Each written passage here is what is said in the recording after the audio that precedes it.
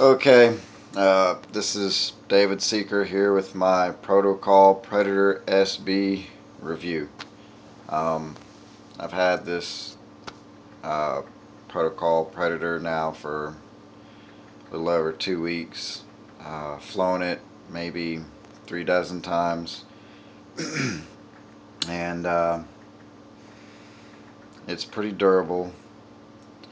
I've crashed it more often than I've landed it. No surprise there. Um, but like I said, it's pretty durable. I've had it on up there probably about 150 feet in the air. Um, it flies excellent. Performance, in my opinion, is 5 stars. Um,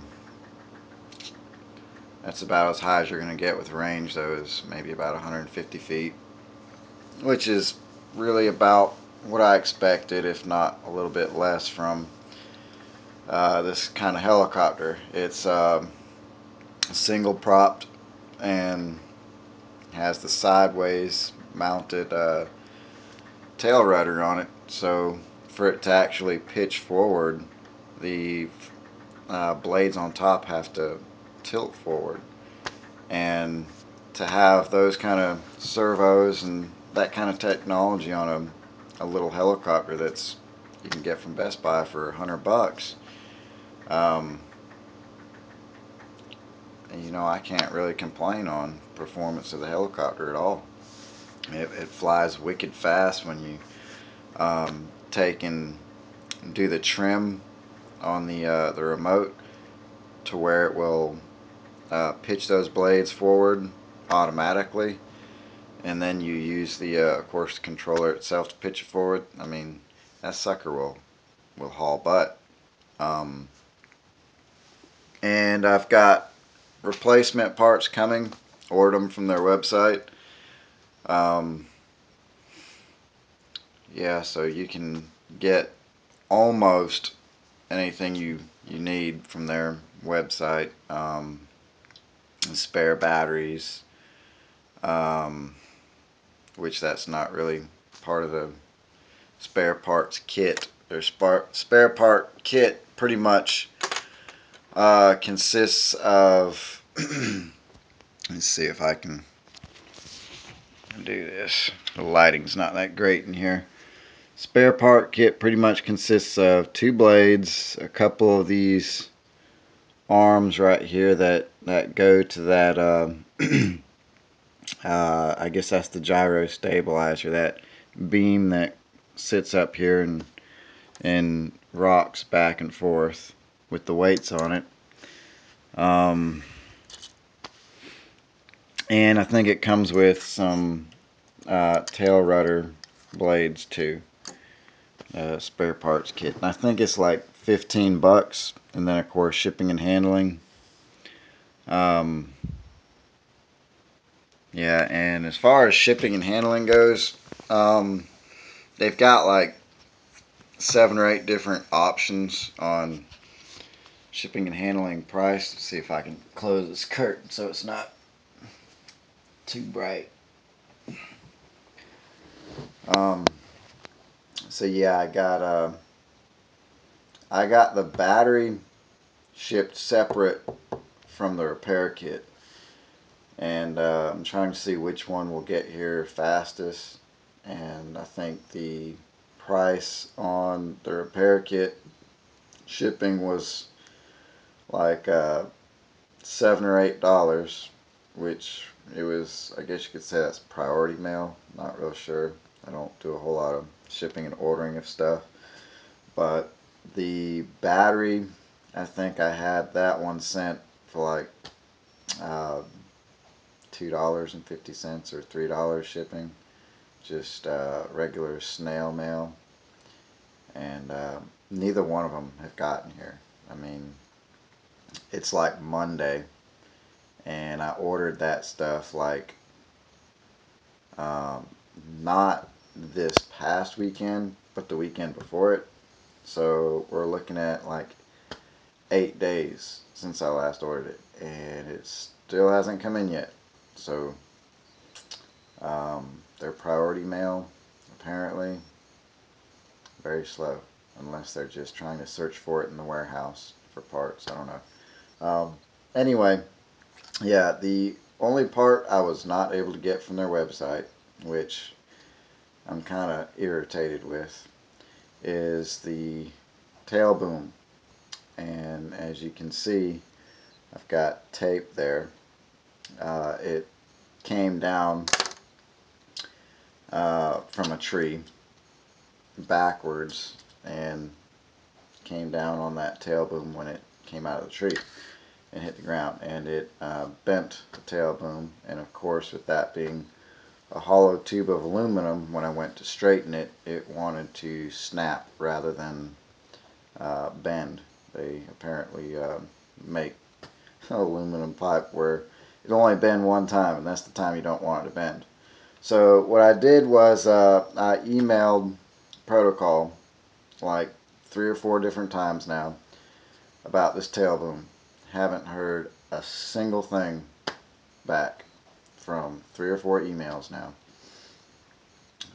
So apparently they don't want to answer people's emails back, and you can try if you want to, but you're pretty much SOL on getting a reply. I mean, it would be nice to at least have them reply back, hey, yeah, we don't carry those parts in stock.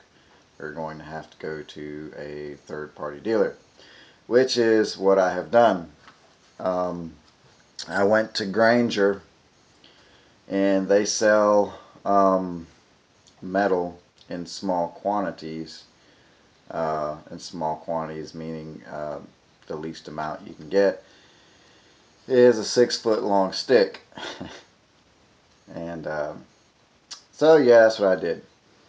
It's 0.35, which is 35 fractions of an inch, which is really too thick. If I could, I would rather have this about half that thickness on the inside, the thickness of that tube. I don't know if you guys can see it all that great, but it's a little bit thicker than the original. Well, quite a bit thicker if you can see it okay. I'm guessing this one to be about maybe 75 fractions of an inch.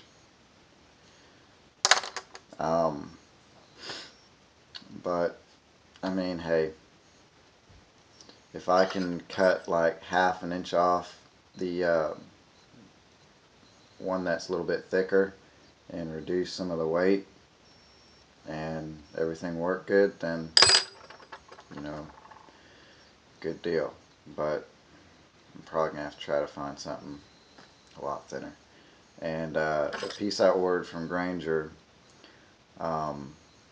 is military grade, so it's a good bit stronger. You know, you did that with the if you were to do that with the original one, you'd come back with what looked like aluminum foil beaten. Because yeah, that aluminum that they put on the helicopter originally is not very strong at all. Let's see. Okay, other than the only problem being that tail boom, I have no problems with the helicopter itself. I have it taken apart right now because to get to that tail boom, you've pretty much got to take everything apart. And this piece right here, I had to pull the these little spots to the wire out that slide into this socket. It's got these little 2 plastic ears on the end of it. You just pop one of them up and slide the wire out. Only thing is, you've got to remember which wire goes where. Otherwise, you know, you hook it all back up, and it, believe me, it is a pain in the butt to get to the point where you have that socket sitting there in front of you. when you put it back together, if you put it back together backwards, then all you're going to get is a helicopter's going to spin around and around. And that tail rudder's going to try to balance it out, but it's going to be putting it in the wrong direction. It's going to be spinning in the opposite direction, and the helicopter's going to be putting more power to it to try to stabilize itself, and it's just going to make it spin faster and faster out of control. And if that happens, well, you have to take it all back apart again and swap those wires that are in that little plastic housing there. So yeah, I like the helicopter. It's a extremely great buy for $100 before taxes. So yeah, go get one. Just don't fuck up the tail rudder, or I mean the tail boom, because you're gonna catch hell finding another one. And not only that, but they have little holes drilled in them. And I'm thinking about just going to my local machine shop, and I don't know if you can see it that great with this one. There we go. And giving them the original and giving them this one, which is probably going to be too heavy, and telling them to match all the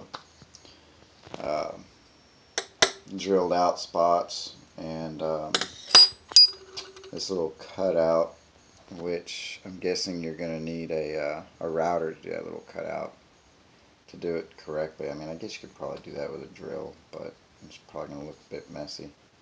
Maybe if you had like a metal file, you could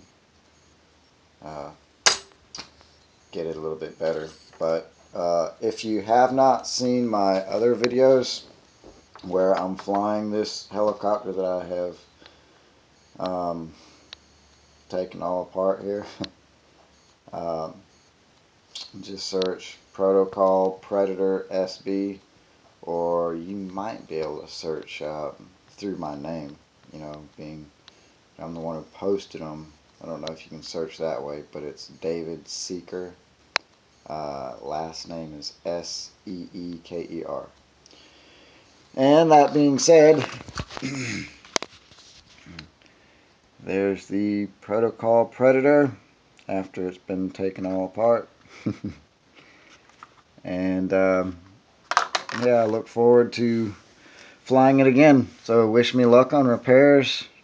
And I guess I will get back to everybody after I have putting everything back together again, and I will show everyone how it flies. Okay. Seeker out.